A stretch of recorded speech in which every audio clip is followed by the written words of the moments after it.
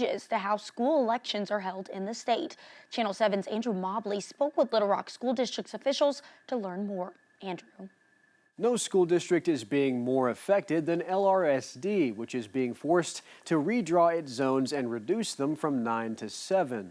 In 2020, LRSD was forced to have a 9-member board when the state ended a 5-year period during which it took over to address poor academic performance. Now the district's average daily student attendance has fallen below 20,000, and a new law from this year's session, Act 503, only allows for 9-member boards if they meet that threshold. I wish that we had a choice in the matter, that it wasn't something that was decided by somebody else. Yesterday, the board approved the hiring of a Maryland firm called Citygate to redraw its zones for an estimated $12,000. The results are expected in July, after which the board will take community input and vote to approve it. Then elections will be held for every seat of the new 7-zone school board, as required by Act 503. Part of the challenges that we've had is we've had a lot of turnover in leadership in the superintendent's office, and part of making progress is having a continuity of vision. I think that we've made a significant amount of progress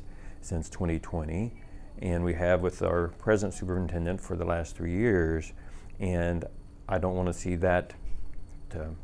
see us lose momentum. This will add some uncertainty to that because of some changes there, and it'll be up to us to manage that uncertainty, for the sake of our students and our community.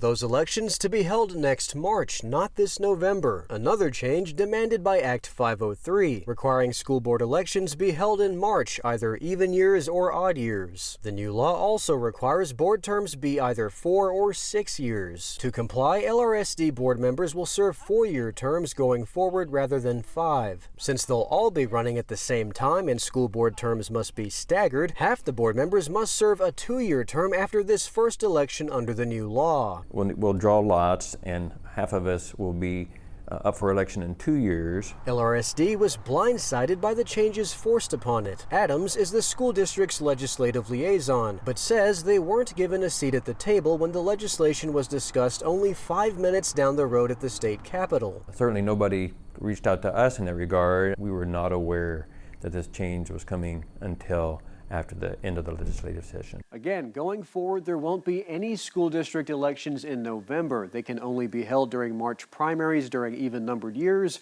or March during odd-numbered years. Are you confused yet? On your side, I'm Andrew Mobley. Andrew, thank you. For more on the changes to school elections in Arkansas, visit KATV.com.